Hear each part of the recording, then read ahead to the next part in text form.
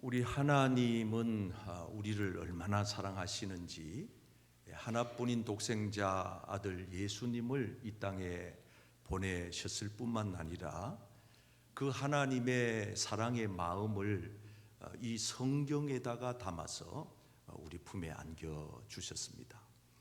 그래서 제가 지난주에 말씀을 드린 대로 이 성경이 뭐냐? 성경은 하나님의 사랑의 편지다. 우리를 향한, 우리 한 사람 한 사람에게로 향한 하나님의 러브 레터다. 하나님의 사랑의 편지다. 그랬습니다. 그러니 우리가 이 하나님의 사랑의 편지를 받아들고 뚜껑을 열고 그 안에 어떤 내용이 있는지 들여다 보아야 그 하나님의 사랑이 구구절절히 우리의 가슴에 와서 닿는 거지요. 이걸 덮어놓고 닫아두면은 잘 못 느낍니다. 그래서 우리가 성경 말씀을 늘 가까이 하고 귀하게 생각하고 또 이거를 여러분들이 부지런히 읽으시고 또 기회가 되면은 쓰기도 하시고 또 많이 듣기도 하시면서 여러분들의 생애에 하나님의 사랑이 여러분 삶 속에 많이 느껴지시고 체험되시기를 축복합니다. 아멘. 자식도 키워보면 평생 키워도 부모 사랑을 느끼지 못하고 늘 부모님에 대한 원망과 그런 불편한 마음을 가지고 사는 자녀들도 있어요. 다 같지가 않아요. 성도들도 똑같습니다. 하나님에 대한 사랑을 팍팍 느끼는 사람이 있는가 하면 정말 뜨겁게 너무 눈만 뜨면 고맙고 하나님 생각만 하면 두 눈에 눈물이 그냥 주룩주룩 흐르고 하나님 생각만 하면 그렇게 좋고 행복하고 이런 성도들도 있는가 하면 하나님을 생각하면 왜 그렇게 마음이 불편해지고 따지고 싶고 항변하고 싶고 원망과 불평이 터져 나오는지. 그래서 여러분 우리가 하나님을 섬기면서 살 때에 우리의 마음가짐이 참 중요해요. 그래서 우리가 하나님에 대한 오해는 하지 말고 하나님 사랑을 더 깊이 체험해서 올 한 해를 잘 마무리하시고 또 내년 한 해도 그 하나님의 사랑 안에 또 한 해가 주어진다면은 잘 살아내시는 그런 축복된 우리 성도님들 다 되시기를 축복합니다. 아멘. 그래서 우리가 이제 이 연말에 몇 주간은 하나님의 사랑 이야기를 함께 나누면서 은혜를 나누려고 합니다. 오늘은 야곱과 라헬의 사랑 이야기입니다. 근데 표면적으로 보면 야곱이 라헬을 사랑하는 건데 영적으로 깊이 음미해 보면은 하나님이 우리 한 사람 한 사람들을 사랑하는 그 사랑의 이야기가 이 스토리 속에 담겨져 있는 겁니다. 그러니까 여러분 그냥 이 성경 얘기를 한 토막으로 듣고 흘려 지나가시면 별 의미가 없고 이 말씀 속에서 하나님이 저렇게 나를 애틋하게 사랑하시는구나 하는 걸 깨달아야 이 설교가 완성이 되는 겁니다. 오늘 그 야곱과 라헬의 사랑 이야기를 통하여 하나님의 진한 사랑을 느끼고 또 체험하고 그렇게 돌아가는 우리 성도님들 되시기를 축복합니다. 자, 어깨를 한번 쫙 펴고 한번 따라 하시겠습니다. 끝까지 사랑하려면 사랑의 안경으로 보아야 합니다. 사랑의 안경으로 보아야 합니다. 오늘 본문 20절의 말씀을 함께 읽겠습니다. 시작. 야곱이 라헬을 위하여 7년 동안 라반을 섬겼으나 그를 사랑하는 까닭에 7년을 며칠같이 여겼더라. 한번 따라 하실까요? 사랑하는 까닭에 7년을 며칠같이 여겼더라. 7년을 며칠같이 여겼더라. 여러분 이 사랑이라고 하는 거는 얼마나 신비로운지 7년이라고 하는 시간적 한계를 뛰어넘는 단 며칠처럼 느껴버리는 그래서 이 사랑의 감정이라고 하는 것이 환경도 초월하고 어떤 시간적인 그런 간격도 초월해버리는 놀라운 신비로움이 이 사랑이라고 하는 것 안에 있습니다. 여러분, 야곱이 라헬을 언제 만났는지, 그 만났던 그 첫 만남은 어떠했는지 오늘 성경은 참 재미나게 그 스토리를 풀어가고 있습니다. 오늘 본문 10절 말씀에 야곱이 라헬을 만나는 첫 장면입니다. 읽어볼까요? 시작. 야곱이 그의 외삼촌 라반의 딸 라헬과 그의 외삼촌의 양을 보고 나아가 우물나기에서 돌을 옮기고 외삼촌 라반의 양떼에게 물을 먹이고. 자, 이 장면은 야곱이 정말 야곱의 눈을 멀게 한, 사랑의 콩깍지를 끼게 만든 이 라헬이라고 하는 여자를 처음 만나는 장면이에요. 이 라헬은 자기 아버지를 도와서 양들을 돌보고 있는데 그 아버지의 이름이 라반이다 그랬잖아요. 이 라반은 야곱의 외삼촌입니다. 그런데 이 당시에는 친족 간의 결혼이 허용되던 그런 시절이었습니다. 그런데 이 라헬이 아버지의 양떼들을 끌고 오니까 이 야곱이 그 아가씨가 얼마나 마음에 들었으면은 갑자기 없던 힘이 발동돼 가지고, 여러분, 이 유대인들은 그 동물이나 짐승, 사람이 먹기 위해서 우물물이 이렇게 있으면 그 돌뚜껑을 덮어 놓잖아요. 그걸 돌악이라 그러는데, 우물악이 무게가 한 성인 두세 분이 들어야 옮길 수 있는 무게인데, 어디서 이 야곱이 힘이 발동이 됐는지 그걸 혼자 번쩍 들어가지고 옮겨놓고는, 그리고는 그 라헬에 끌고 온 양떼들에게 물을 먹여주는 거예요. 자, 이 장면을 여러분들이 머릿속에 한번 상상을 해보시기를 바랍니다. 우리가 아는 대로 야곱은 매우 성격 자체가 기질이 여성스러운 사람입니다. 아주 내향적인, 아주 소심한 사람이에요. 그 쌍둥이 형 에서는 아주 야성미가 넘치고 몸에도 막 털이 숭숭 나고, 나는 이 성경을 읽다가 너무 참 궁금한 게 많아요. 어떻게 이 야곱하고 이 에서가 쌍둥이로 태어났는데 야곱이 형 발 뒤꿈치를 붙잡고 나왔거든요. 엄밀하게 따지면은 이거 형 아우 따질 것도 없잖아요. 똑같이 나왔으니까. 그런데 이제 에서는 형이 되었고 야곱은 동생이 됐는데 직업도 다르고 성격도 다르고 다 달라요. 그래서 에서는 사냥꾼이 되었고 야곱은 늘 엄마의 그 치마 폭에서 노는 겁니다. 그러니까 여성스럽다는 거예요. 여러분 보세요. 저는 아무리 생각을 해봐도 야곱이 이렇게 혼자서 돌뚜껑을 번쩍 들어 옮길 수 있는 사람은 아니라고 봐요. 그럼 어떻게 이 사람을 이렇게 달라지게 만들었을까? 사랑의 힘이에요. 사랑이라고 하는 게 이렇게 사람을 확 바꿔놓습니다. 얼마나 사랑의 힘이 대단하면은 여러분 자기에게 있던 육신의 한계를 뛰어넘는 힘까지 발휘하게 하겠습니까? 우리가 이 세상을 살아가다가 보면은 이게 필요하다는 거죠. 우리 힘만 가지고 살아가는 세상이 못 됩니다. 여러분들에게 하나님께서 큰 사랑의 힘을 공급해 주시기를 축복합니다.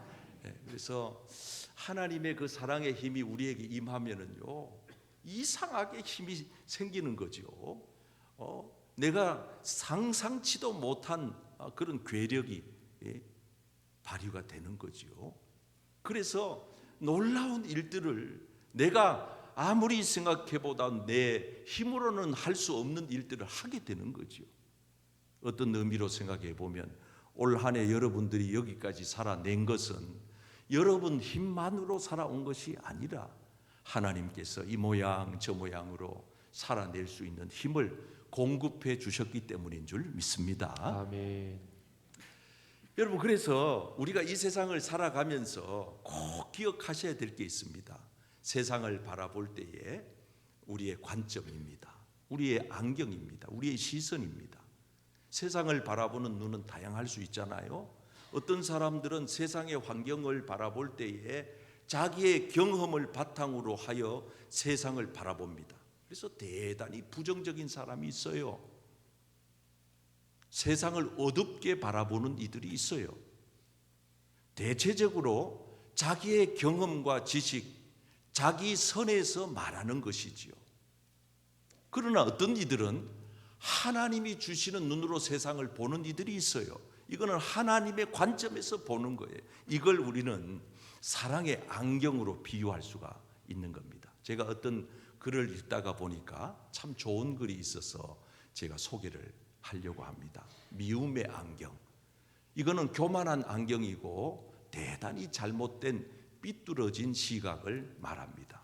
만약 이런 안경을 끼고 세상을 본다면 똑똑한 사람은 잘난 체 하는 사람으로 보이고 다 부정적이에요. 착한 사람은 어리숙한 사람으로 보이며 얌전한 사람은 소극적인 사람으로 보이나, 우리 성도가 끼어야 될 안경은 사랑의 안경이지요. 우리는 사랑의 안경은 하나님이 우리한테 씌워준 안경이에요. 그리고 이런 안경을 쓰고 보면은 달라요.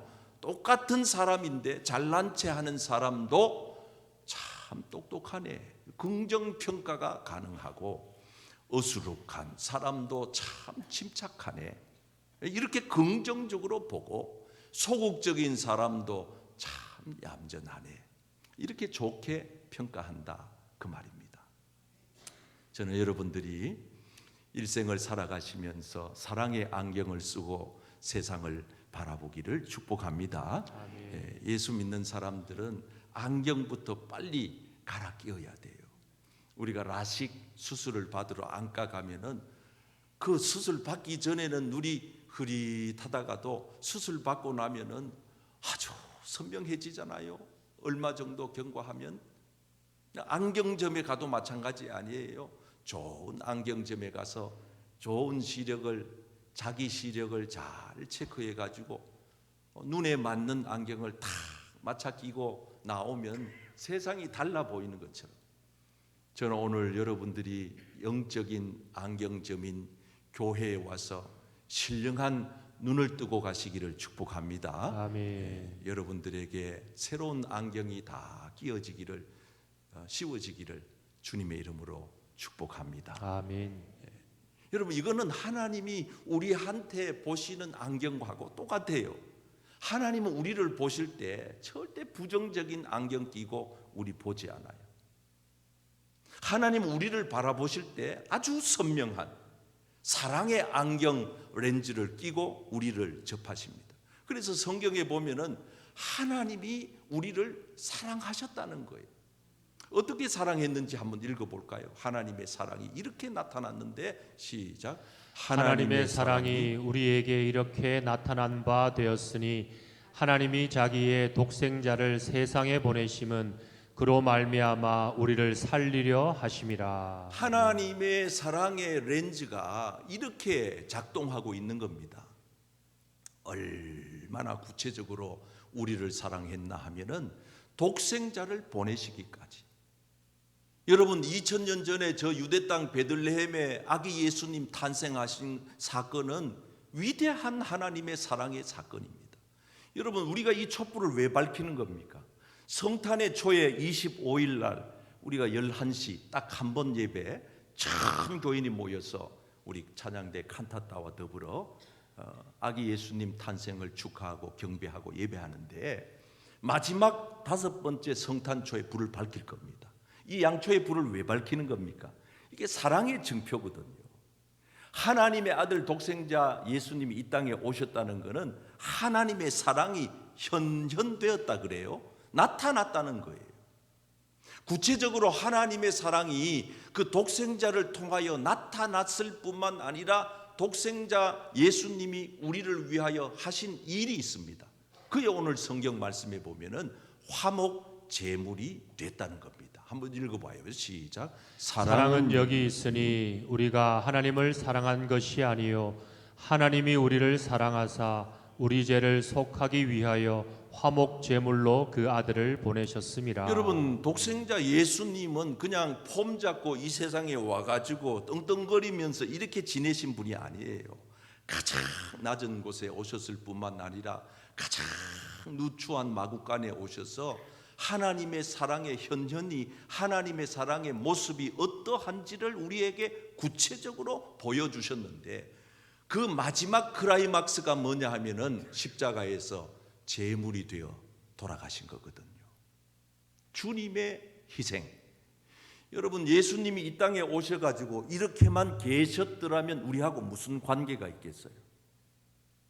입술로만 사랑한다 한다라고 말만 선포했더라면 무슨 의미가 있겠어요?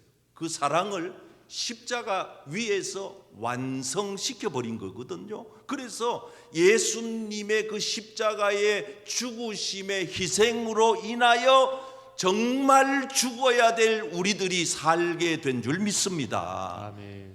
우리는 영 가망 없는 인생으로 살 뻔했지요.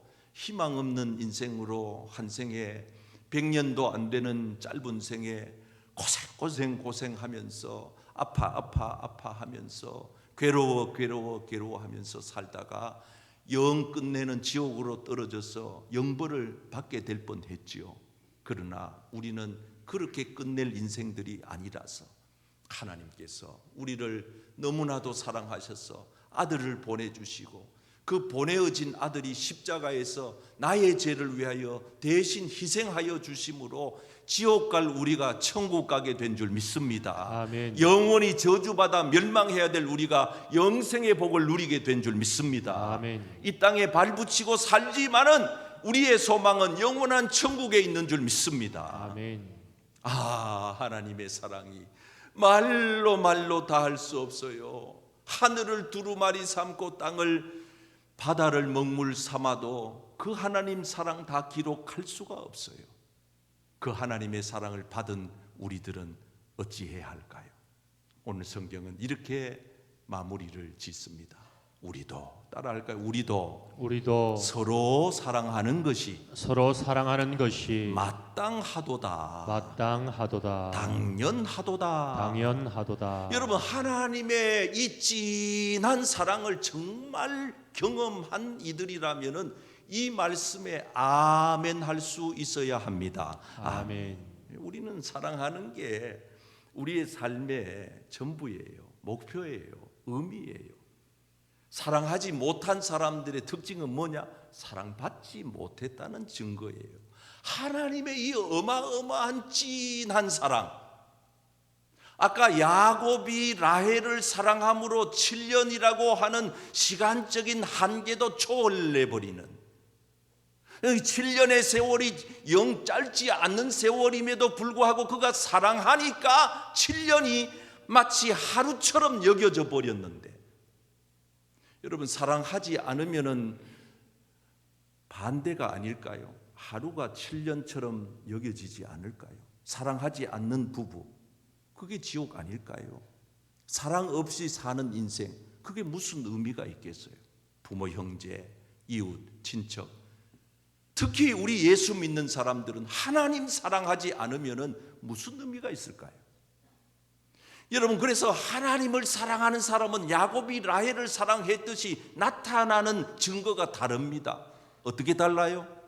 하나님 사랑하니까 예배가 지겹지가 않아. 예배가 기다려져요. 일주일이 기다려져요. 찬송 부를 때가 좋아요. 기도할 때가 즐거워요. 하나님 앞에 나와 말씀 들으면 너무 행복해요. 교회 오는 날이 기다려지는 그 증거가 뭐냐? 하나님 사랑하기 때문입니다. 하나님 사랑 안 해보세요. 아까워요. 본처는 헌금하는 것도 아까워요. 교회 와서 앉아있으면 졸음만 와요. 예배 시간 지겨워요. 교회 누가 만들었노? 주일 누가 만들었노? 억지로 해보세요. 그것보다 더 큰 곤욕은 없습니다. 사랑의 힘이라고 하는 것은 우리의 삶을 바꿔놓아요. 저는 여러분 2025년도를 그렇게 사랑의 힘으로 마무리를 하시고 하나님이 주시는 그 사랑의 힘에 의지하여 내년 한 해를 살아내시기를 축복합니다. 아멘. 한번 따라하겠습니다. 끝까지 사랑하려면 불합리한 상황도 이겨야 합니다. 불합리한 상황도 이겨야 합니다. 불합리한 상황, 다시 말하면은 억울한 상황, 이치에 전혀 맞지 않는 상황도 극복해야 된다, 그 말입니다.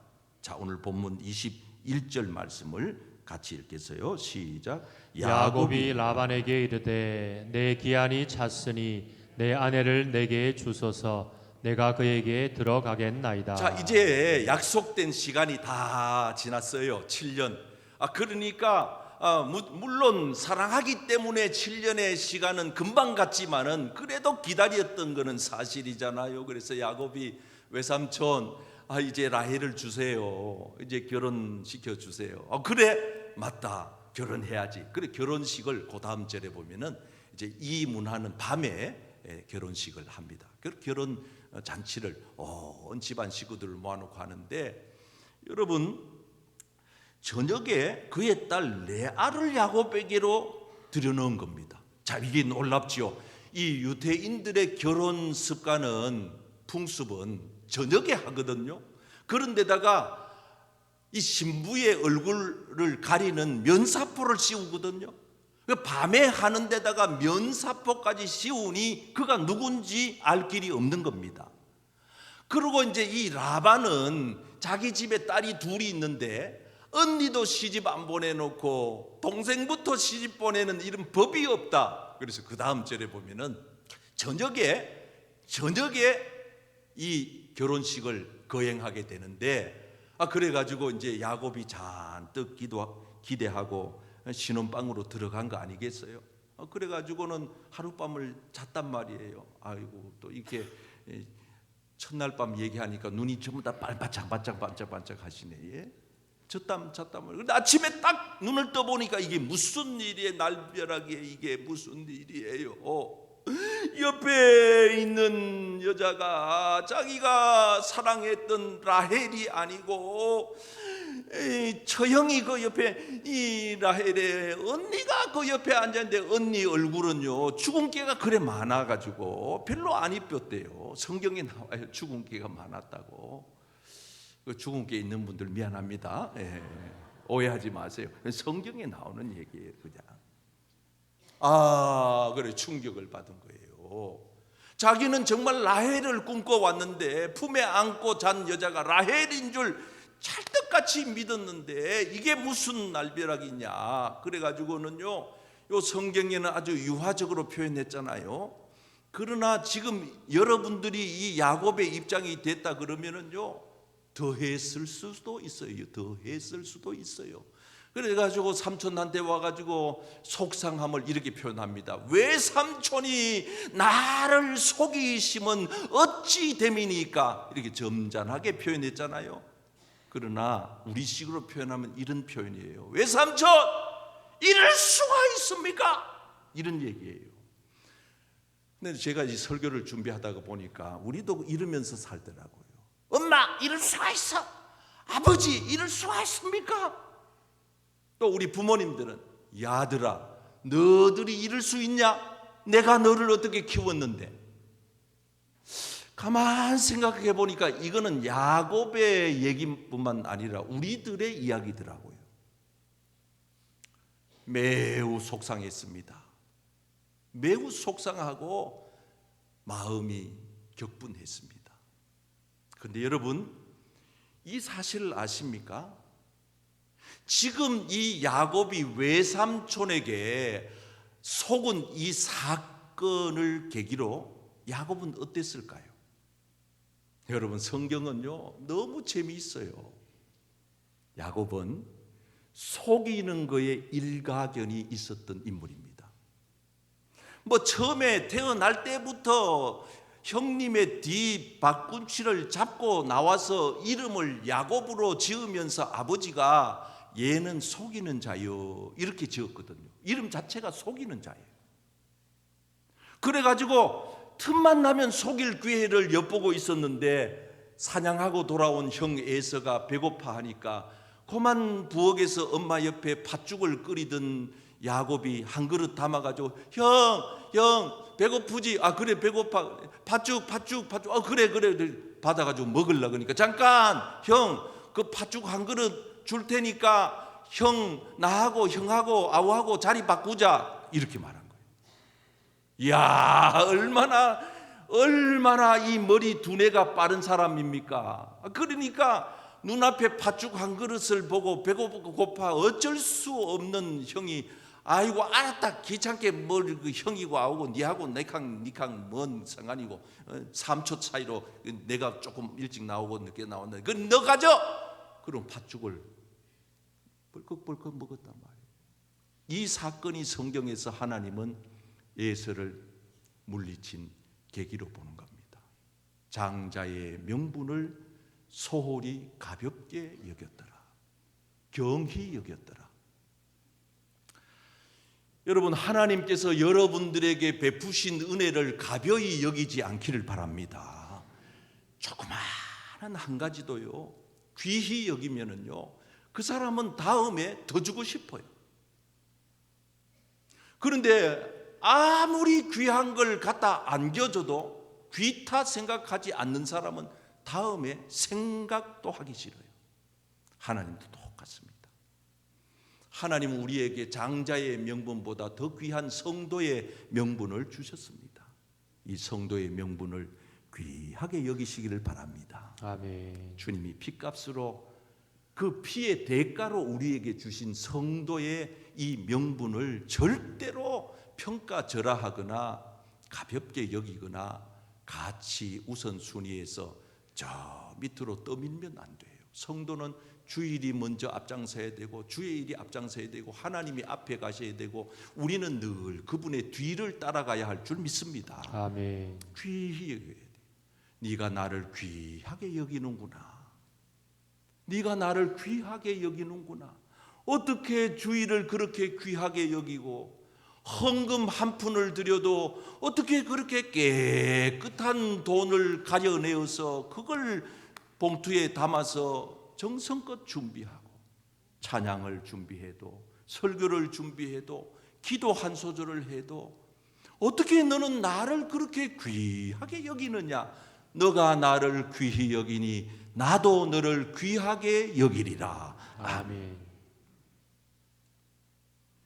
여러분 지금 이 야곱은 외삼촌에게 속으면서 자신이 과거에 속여 먹었던 일을 잠깐이지만 떠올린 겁니다. 나도 형을 속였잖아. 그뿐입니까? 아버지를 속였습니다. 엄마와 함께 합작을 해가지고 아버지를 속이는데 기가 막힙니다. 성경에 보면은 되지도 않는 소리를 막 해놓는 것 같습니다. 에서는 날 때부터 털이 무성했습니다. 야곱은 매끈매끈합니다. 그러면 아버지를 속여서 장자의 축복을 받으려면 형 에서처럼 꾸며야 변장을 해야 합니다. 그래서 어떻게 했습니까? 엄마가 그 엄마의 그 아들이에요. 양의 털을 갖다가 거기다가 덤성덤성 붙인 거예요. 그리고는 에서의 옷을 입힌 거예요. 그리고는 아주 귀한 별미를 들고 가서 내가 에서입니다. 나에게 복을 주세요. 그리고 아버지 이삭한테 내민 거예요. 이삭은 그때 눈이 흐렸어요. 나이가 들어서 이제 곧 죽음이 임박했어요. 잘 분간이 안 되는 그런 시점이에요.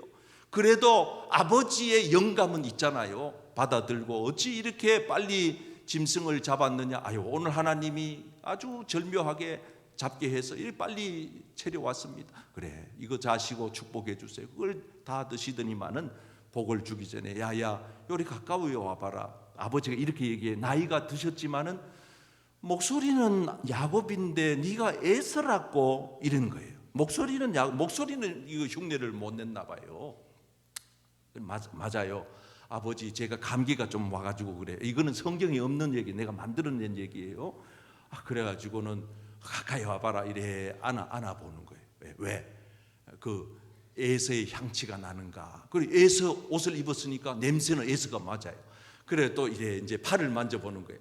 팔을 이래 만져보니까 털이 뭐 이렇게 무성하기는 한데 이게 한만 생각해도 사람의 털 같지는 않고 이게 좀 이상 야릇한데 그래도 모르는 척 하는 거예요. 그래서 제가 오늘 설교 준비하면서 되게 궁금하고 천국에 가면은 이 이삭 할아버지를 만나면은 내가 빨리 물어보고 싶어요. 그때 야곱한테 형 장자의 축복을 쏟아 부을 때 그 털 이래 만지면서 눈치챘어요 못 챘어요? 나 이거 물어보려고 그래. 챈 것 같기도 하고 안 한 것 같기도 하고 어쨌든 축복을 쏟아붓는 거예요. 어떻게? 야곱인 줄 알면서도 장자의 복을 쏟아붓는 거예요. 왜? 사모하니까. 여러분 그래서 믿음 생활, 신앙 생활은 사모함이 있어야 은혜를 받습니다. 사모할 때 하나님이 사모함에 대한 만족을 주십니다. 아멘. 아무것도 사모함이 없는데 사람인 저도 안 줍니다. 사모함이 있느냐, 간절함이 있느냐, 절박함이 있느냐, 정말 그렇게 해주기를 바라고 있느냐, 하나님은 그걸 우리에게 보고 계시는 거예요. 아마 야곱은 외삼촌에게 속으면서 이 일들을 떠올렸을 겁니다. 순식간에 지나가는 일이지만 나는 우리 외삼촌보다가도 더 부족한 사람인데 깨달았을 겁니다. 나는 우리 외삼촌보다가도 더 많이 속이면서 지금까지 살아왔는데 깨달았을 겁니다. 그래서 내린 결론, 외삼촌, 나 외삼촌 위해서 7년 더 일해 줄 터이니 라헬을 주세요. 극복하는 겁니다. 그 불합리한 상황을 뛰어넘어 버리는 겁니다. 담장을 뛰어넘듯이 뛰어넘는 겁니다. 아무리 생각해 보아도 억울하고 속상한 상황이지만 그러므로 그것을 가지고 불평하고 그것을 가지고 외삼촌을 향해 대들지 아니하고 그걸 받아들이면서 뛰어넘는 겁니다. 외삼촌, 내가 7년을 더 일해 드릴 터이니 내가 사랑하는 라헬을 주세요. 약속이 되는 거예요. 그래서 라헬까지 얻게 됩니다. 여러분, 우리가 하나님을 사랑하다가 보면은, 믿음 생활 하다가 보면은 참 억울할 때도 있어요. 속상할 때도 또 있어요. 어떨 때는 이거는 부당하다 싶을 때도 있어요. 그러나 여러분 거기서 머물지 말고 거기에서 좌절하고 주저앉지 말고 나는 저보다 더 했는데, 나는 저보다 더 부족한데, 더 모자라는데, 그리고 하나님이 주시는 사랑의 힘으로, 하나님의 은혜로 그 어려운 상황을 뛰어넘는, 극복하는, 이겨내는 여러분 되기를 축복합니다. 아멘. 축복합니다. 아멘. 마지막으로 따라합시다. 끝까지 사랑하려면 하나님이 기억해 주셔야 합니다. 하나님이 기억해 주셔야 합니다. 본문 22절입니다. 시작. 하나님이 라헬을 생각하신지라 하나님이 그의 소원을 들으시고 그의 태를 여셨으므로. 여러분, 라헬은 이렇게 남편 사랑은 참 독차지했었지만은 자식이 없었어요. 자식 복이 없는 거예요. 그 언니 레아는 남편 사랑은 독차지하지 못했지만은 자식 복이 많았어요. 그냥 자식이 많이 낳게 되는 거예요. 이걸 보면 하나님의 묘한 섭리를 우리가 깨닫게 됩니다. 하나님이 하시는 일은 누가 감히 측량할 수가 있겠어요. 그런데 여러분, 이 라헬이 그걸로 끝나느냐? 아니라는 거예요. 하나님께서 극적으로 이 라헬을 생각해 주셨다. 다른 성경 세 번역에 보니까 기억해 주셨다. 하나님인 라헬을 도와주셨다. 태의 문을 열어주셨다. 이렇게 표현하면서 하나님은 이 라헬의 태를 여셔서 그 태에 이스라엘의 위대한 인물, 장차 메시아의 계보의 혈통으로 이어질 요셉을 낳게 하십니다. 위대한 그 요셉이 안 계셨더라면 오늘 이 땅에 아기 예수님도 안 계시는 거지요. 요셉을 나게 하셨더라. 놀라운 사실입니다. 24절에 그 이름을 요셉이라 하니 시작. 그 이름을 요셉이라 하니 여호와는 다시 다른 아들을 내게 더하시기를 원하노라 하였더라. 여러분, 하나님이 생각해 주시면 됩니다. 하나님이 도와주시면 됩니다. 하나님이 내 편이 되어지면 됩니다. 아멘. 하나님이 기억하는 삶을 살아내시기를 축복합니다. 아멘. 하나님 생각 속에, 바운더리 속에 들어가야 돼. 하나님의 기억 속에 들어가야 돼. 어떤 이들은 제가 평생 목회를 해오는데 이 내 생각 속에 들어와 계시는 교인이 계세요. 그러나 어떤 이들은 여기에 안 들어와 있어요. 여러분, 하나님의 생각 속에 들어가 있다는 것은 대단한 축복입니다. 다시 말하면 하나님이 집을 세우셔야 세워지는 것이고 하나님이 성을 지켜주셔야 그 성이 안전하게 될 줄 믿습니다. 아멘. 한마디로 말하면 올 한 해 여러분들이 여기까지 살아왔다는 것은 하나님이 함께 해 주셨기 때문입니다. 아멘. 다른 거는 다 내두고라도 내가 여기 현재 와 앉아 있다는 것.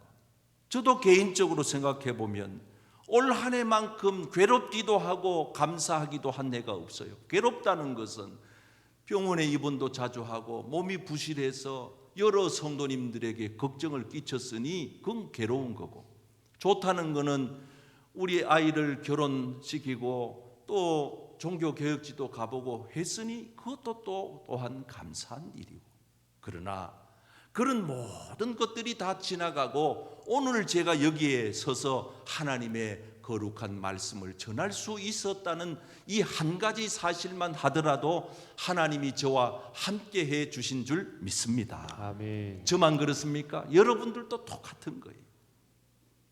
그런즉 이 일에 대하여 누가 무슨 말을 하겠습니까? 하나님이 우리를 위하신다면 이거는 대단한 고백입니다. 하나님이 내 편이 되어 주신다면, 하나님이 나를 도와주신다면 누가 우리를 대적하리요? 누가 우리를 건드릴 소냐? 어떤 악한 원수마귀도 35절에 하나님의 사랑에서 환난도 곤고도 박해도 기근도 적신도 위험도 어떤 사나운 칼도 하나님의 사랑에서 우리를 결코 끊어낼 수 없는 줄 믿습니다. 아멘. 이걸 아셔야 돼요. 그래서 저는 찬송 중에 주의 사랑의 줄로, 주님의 사랑의 줄이 있는 거예요. 여러분, 올 한 해도 그 하나님의 사랑의 줄로 꽁꽁 묶어서 하나님께서 저와 여러분들을 여기까지 인도해 오신 줄 믿습니다. 아멘. 이제 우리는 이 한 해를 마무리하고 또 새해를 맞을 겁니다. 별다른 일이 없기를 바라며 감사함으로 그렇게 되기를 바랍니다. 부디 바라기는 여러분들의 안경이 사랑으로 바뀌어지기를 축복합니다. 어떤 어려운 불합리한 상황도, 어려운 억울한 일들도 그 사랑의 힘으로 극복하고 승리해 내기를 기원합니다. 아멘. 하나님께서 우리를 위하신다면 반드시 승리하게 될 줄 믿습니다. 아멘. 이 은혜가 우리 모든 성도님들과 영상을 통해 함께하고 계신 우리 교우들에게 넘쳐나시기를 주님의 이름으로 축복합니다.